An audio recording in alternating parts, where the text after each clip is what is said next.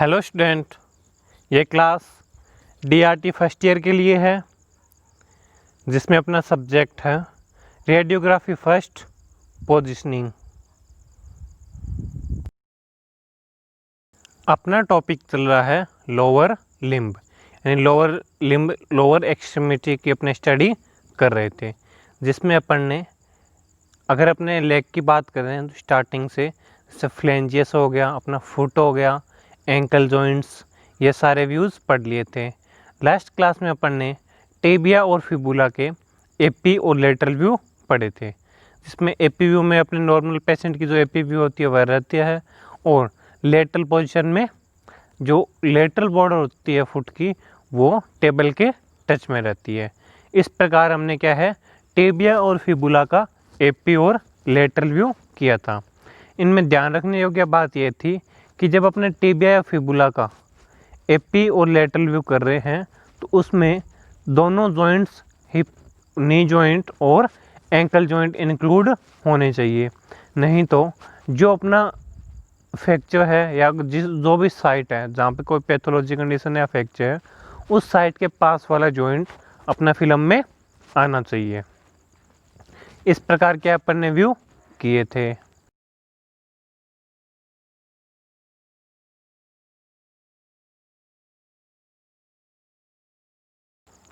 आज अपने स्टार्ट करते हैं फीमर बोन, जिसको अपन क्या बोलते हैं थाई। फीमर को अपने थाई भी बोलते हैं। तो फीमर बोन के व्यू अपने स्टार्ट करते हैं।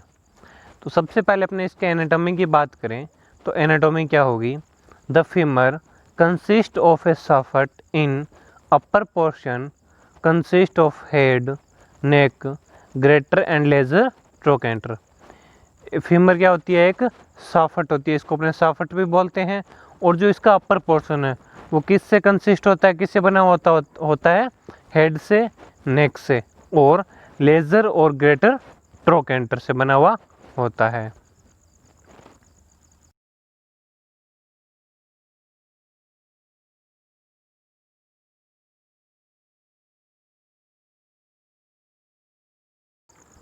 नेक्स्ट देखो, the lower portion consist of medial and lateral condyles separate by intercondylar notch. जो लोअर पोर्शन होता है किसका, शाफ्ट का या फीमर बोन का, वो किससे कंसिस्ट होता है, मीडियल और लेटरल कॉन्डाइल्स, यानी उसके लोअर पोर्शन में दो कॉन्डाइल्स होते हैं, मीडियल कॉन्डाइल्स और लेटरल कॉन्डाइल्स, सेपरेटेड बाय, जो दोनों अलग अलग किसके द्वारा होते हैं, इंटरकॉन्डाइलर नोच के द्वारा, यानी इन दोनों के बीच में एक नोच होती है जिससे क्या दोनों अलग अलग हो जाते हैं। तो मिडिल कॉन्डाइल और लेटरल कॉन्डाइल दो कॉन्डाइल्स होते हैं और ये दोनों इंटरकॉन्डाइल के द्वारा सेपरेट होते हैं।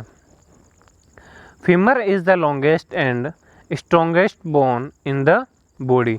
जो अपनी फीमर होती है वो बॉडी में सबसे लंबी और सबसे मजबूत बोन होती है। यानी फीमर की अपने स्टडी कर ली। इसके अपर पार्ट में क्या होता है, नेक होती है, हेड होता है और ग्रेटर और लेजर ट्रोकेंटर होते हैं। और लोअर पार्ट में दो कॉन्डाइल्स होते हैं, मिडिल कॉन्डाइल और लेटरल कॉन्डाइल, और इनके बीच में जो जगह होती है जिसके द्वारा ये अलग अलग होते हैं उसको क्या बोलते हैं अपने इंटरकॉन्डाइलर नोच। इसमें एक जो फीमर होती है वो शरीर की सबसे लंबी और मजबूत बोन होती है।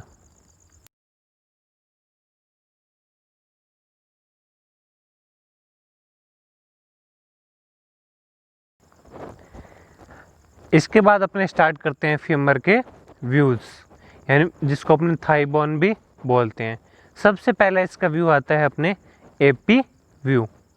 तो इसकी अपने बात करें तो सबसे पहले अपने इंडिकेशन क्या होगा, for fracture and pathology condition. Fracture और पैथोलॉजी कंडीशन के लिए अपने व्यू किया जाता है। कैसेट साइज क्या रहता है, जो लेग के व्यू में अपना नॉर्मली रहता है 10, 12 और 12, 15 का।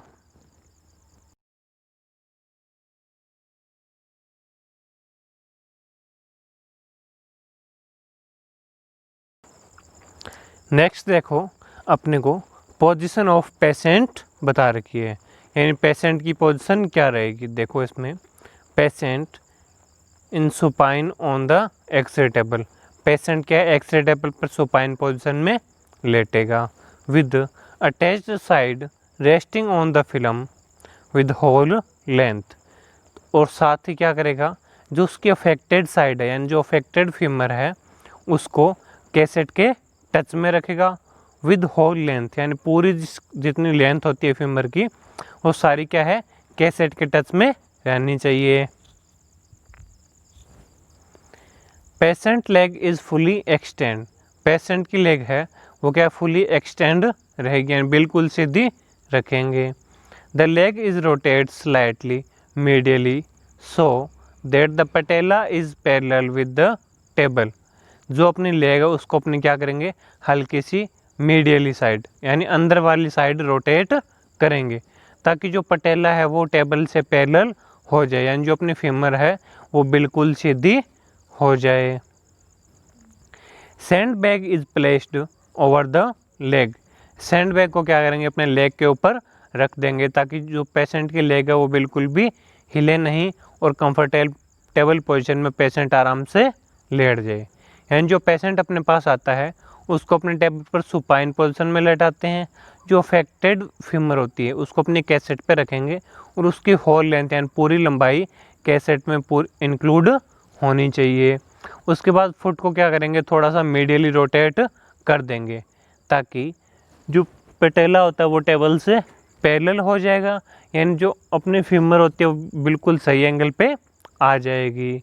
उसके बाद अपने क्या करेंगे लेग पे सैंड बैग रख देते हैं।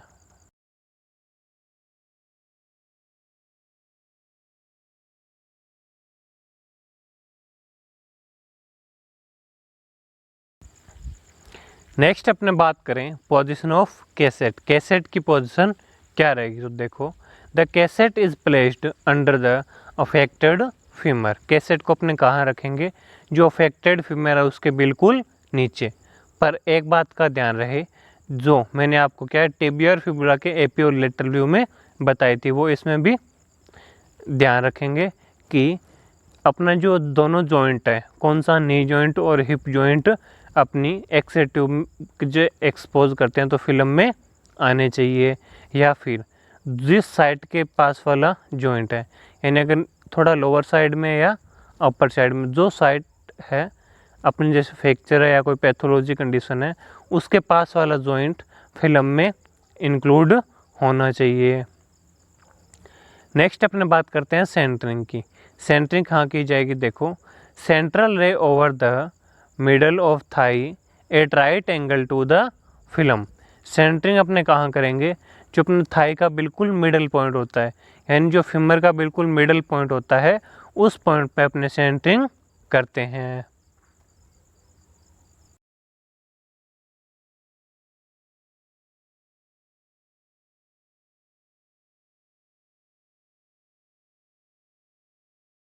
उसके बाद अपने को डायग्राम में दिखा रखा है, देखो एक पेशेंट के थाई की इमेज दिखा रखी है जिसमें पेशेंट के टेबल पर सुपाइन पोजीशन में लेटा हुआ है और लेग को क्या किया फुली एक्सटेंड किया हुआ है, लेग अपने बिल्कुल सीधी है।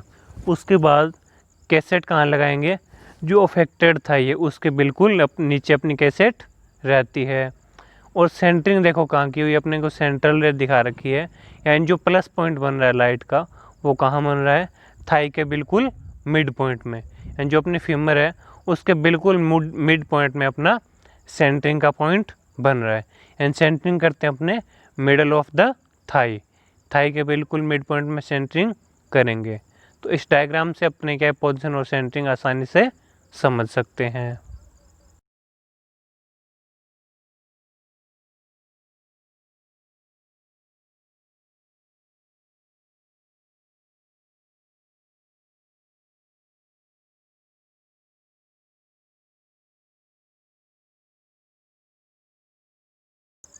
इसके बाद अपने को बता रखा है रेडियोलॉजिकल अपीयरेंस, यानी रेडियोलॉजिकल अपीयरेंस क्या आएगा, देखो the whole of shaft of femur is seen clearly, जो अपनी साफट है वो पूरी और अच्छी तरह क्लियर सीन हो जाती है यानी अपने क्या फीमर को देखने के लिए व्यू कर रहे थे, तो फीमर अपनी क्या पूरी क्लियरली सीन हो रही है।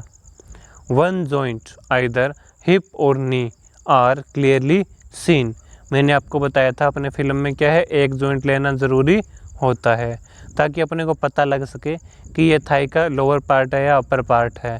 इसीलिए क्या जो एक जॉइंट होता है जिसको अपन ने लिया था इमेज में, आइदर हिप और नी, या तो हिप जॉइंट या नी जॉइंट, वो अपने को क्लियरली सीन हो जाता है।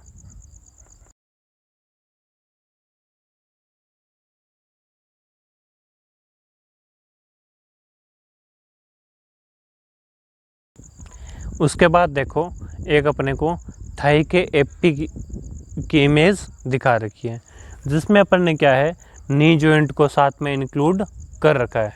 इन जो घुटने का जॉइंट है उसको अपने इंक्लूड कर रखा है। साफट का लोअर पार्ट या नीचे के दो कॉन्डाइल्स, मिडिल कॉन्डाइल और लेटरल कॉन्डाइल अपने को क्लियरली सीन हो रहे हैं, और साथ ही पटेला फीमर के ऊपर सुपर इम्पोज दिखाई दे रहा है, और बाकी जो ऊपर की साफट है वो अपने को क्लियरली सीन हो रही है।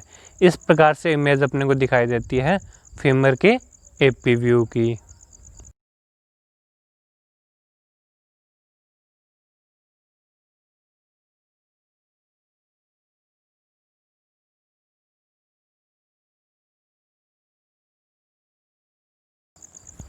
नेक्स्ट अपने बात करते हैं एक्सपोजर की। एक्सपोजर क्या रहेगा, तो देखो डिस्टेंस रहती है अपनी 90 टू 100 सेंटीमीटर, केवी रहेगा अपना 60, अमेस की बात करें तो अमेस रहता है अपना 20 से 30, और ग्रिड का यूज़ अपने नहीं करेंगे क्योंकि 20 से 30 बता गया। नॉर्मल पेशेंट के लिए अपने 25 तक यूज़ में ले सकते हैं। अगर पेशेंट बड़ा आ रहा है जिसकी थाई बड़ी है तो अपने 30 ले लेंगे। अगर पेशेंट कोई पतला आ रहा है तो वो क्या होता है अपने फैटी पार्ट के हिसाब से एक्सपोजर को सेट किया जाता है। लगभग अपने क्या रखते हैं 20 से 30 एमएस रखते हैं। ये अपना फीमर का एपी व्यू कंप्लीट होता है।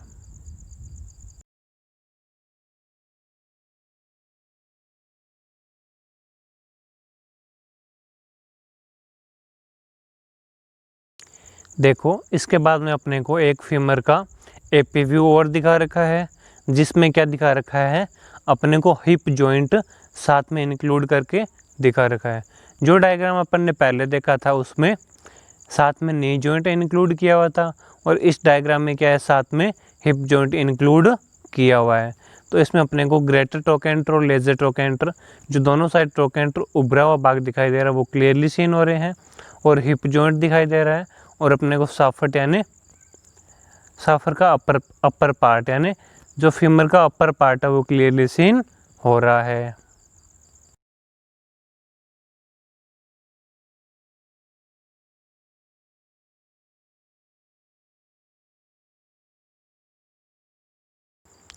नेक्स्ट अपने बात करते हैं फीमर के लेटरल व्यू की। एपी व्यू अभी अपन ने पढ़ लिया है, अब इसके बाद अपने फीमर का लेटरल व्यू स्टार्ट करते हैं। तो लेटरल व्यू देखो एक बार किस प्रकार से होता है, जैसे अपन ने टेबिया और फिबुला का लेटरल व्यू किया था उसी प्रकार से क्या है फीमर का भी लेटरल व्यू करेंगे। तो इंडिकेशन की बात करें तो इंडिकेशन अपना वही रहता है for fracture and pathology condition. कोई भी फ्रैक्चर या पैथोलॉजी कंडीशन है उसको चेक करने के लिए अपने व्यू किया जाता है। कैसेट साइज़ की बात करें तो कैसेट साइज़ जो अपना एपी व्यू में था वही सेम अपने कैसेट साइज़ रखते हैं, जैसे कि 10-12 और 12-15 का।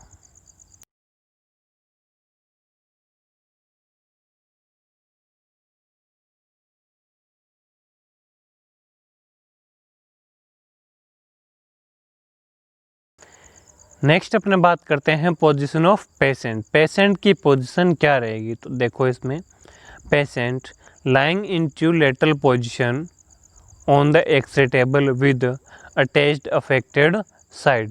पेशेंट को अपने क्या है एक्सरे टेबल पर लेटरल पोजीशन में लेटाएंगे। किस साइड से, जो अफेक्टेड साइड है वो कैसेट के टच में रहनी चाहिए या टेबल के टच में रहनी चाहिए। अगर अपने राइट फीमर में कोई प्रॉब्लम है तो अपने राइट साइड से पेशेंट को लेटाएंगे। अगर लेफ्ट थाई में प्रॉब्लम है तो अपने लेफ्ट साइड से पेशेंट को लेटरल पोजीशन में लेटा देते हैं। The lateral border of the foot on the table, जो फुट की लेटरल बॉर्डर होती है वो टेबल के ऊपर टच में रहेगी। यानी तो अपने क्या करेंगे, जब लेटरल बॉर्डर अपने टेबल के टच में कर देंगे तो जो अपना व्यू होता है वो क्या होता है, लेटरल व्यू हो जाएगा। Sand bag is placed over the leg, एक सैंड बैग लेते हैं और उसको अपने लेग के ऊपर प्लेस कर देते हैं, रख देते हैं, ताकि जिससे क्या है पेशेंट आसानी से कंफर्टेबल होके लेट सके। और अगर पेशेंट क्या है लेग को हल्का फुल्का हिला रहा है तो वो लेग हिल नहीं पाएगी और जो इमेज अपनी आती है वो बिल्कुल क्लियर इमेज आ जाएगी।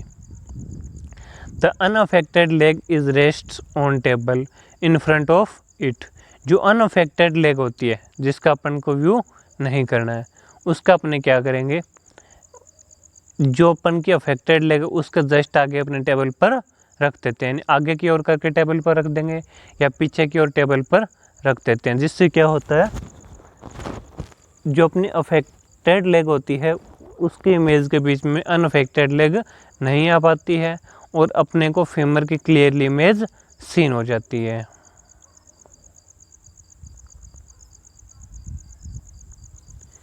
इसके बाद नेक्स्ट अपने बात करते हैं पोजीशन ऑफ कैसेट की।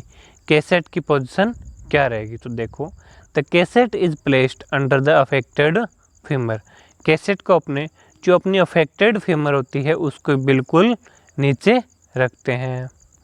Centering, central ray over the middle of thigh at right angle to the film, जैसा कि अपन ने एपी व्यू में सेंटरिंग की थी सेम उसी प्रकार से लेटर व्यू में सेंटरिंग की जाती है। एंड थाई के बिल्कुल मिडल पॉइंट में या बोलें तो अपने फीमर के बिल्कुल मिडल पॉइंट में अपने सेंटरिंग करेंगे।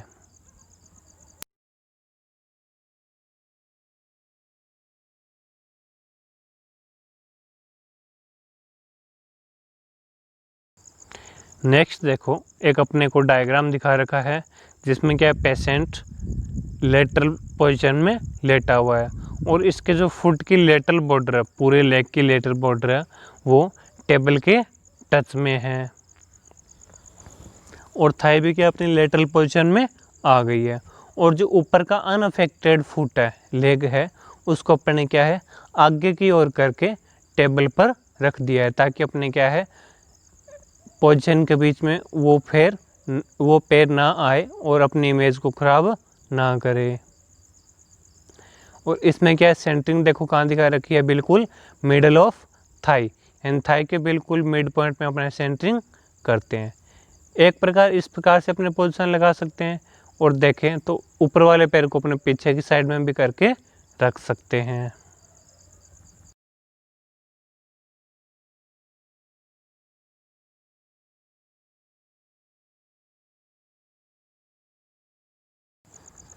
इसके बाद अपने बात करते हैं रेडियोलॉजिकल अपीयरेंस की। रेडियोलॉजिकल अपीयरेंस क्या रहेगा, देखो greater part of shaft of femur including superimposed medial and lateral condyles are seen, जो अपने को शाफ्ट का ग्रेटर पार्ट होता है यानी फीमर की जो शाफ्ट है उसका जो ग्रेटर पार्ट है वो अपने को क्लियरली सीन होता है, साथ ही इंक्लूडिंग और उसमें क्या दिखाई देता है मिडिल और लेटरल कॉन्डाइल्स एक दूसरे को सुपर इम्पोज करते हुए सीन होते हैं। तो इसमें यह दिखा रखा है कि अपने को फीमर है जो शाफ्ट है वो क्लियरली सीन होती है और उसी इमेज में अपने को इंक्लूडिंग मिडिल और लेटरल कॉन्डाइल्स क्लियरली सीन हो जाते हैं। और साथ ही अपन ने क्या है अगर नी जॉइंट फिल्म में लिया है तो अपने को नी जॉइंट क्लियरली सीन होता है और अगर अपन ने हिप जॉइंट लिया है तो अपने को हिप जॉइंट क्लियरली सीन होता है।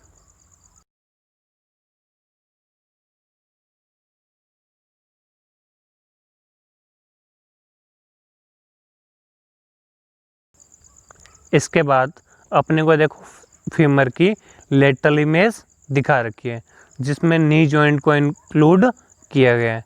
तो इसमें देखो अपने को मिडिल और लेटरल कॉन्डाइल्स क्या है एक दूसरे को सुपर इम्पोज कर रहे हैं, बाकी जो शाफ्ट पार्ट है बाकी जो फीमर है वो अपने को क्लियरली सीन हो रही है। और इसमें अपने को नी जॉइंट भी क्लियरली सीन हो रहा है और पटेला लेटरल पोजीशन में क्लियरली सीन हो रहा है। तो अपने जो पटेल फीमर के साथ में नी जॉइंट लेते हैं तो नी जॉइंट क्लियरली सीन हो रहा है। अगर अपने हिप जॉइंट को इंक्लूड करते हैं तो अपने को हिप जॉइंट क्लियरली सीन होता है।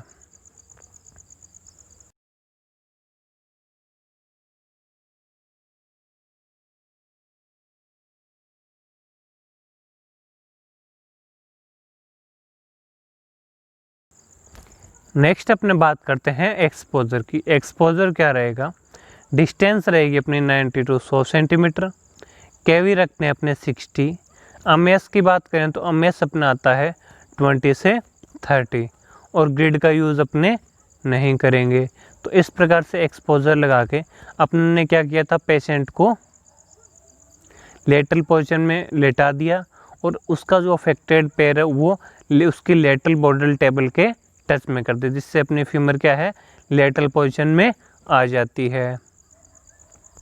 और जो ऊपर का अनअफेक्टेड पैर होता है उसको अपन साइड में कर देते हैं और इसकी सेंटरिंग अपने करते हैं बिल्कुल मिड ऑफ द थाई, यानी थाई के बिल्कुल बीच में सेंटरिंग की जाती है, जिससे अपन ने हिप जॉइंट को या नी जॉइंट को इंक्लूड करते हैं वो अपने को क्लियरली सीन होते हैं और फीमर अपने को क्लियरली सीन हो जाती है। साथ ही फीमर क्लियरली सीन होने के साथ साथ अपने को मिडल कॉन्डाइल और लेटरल कॉन्डाइल एक दूसरे के ऊपर सुपर इम्पोज दिखाई देते हैं।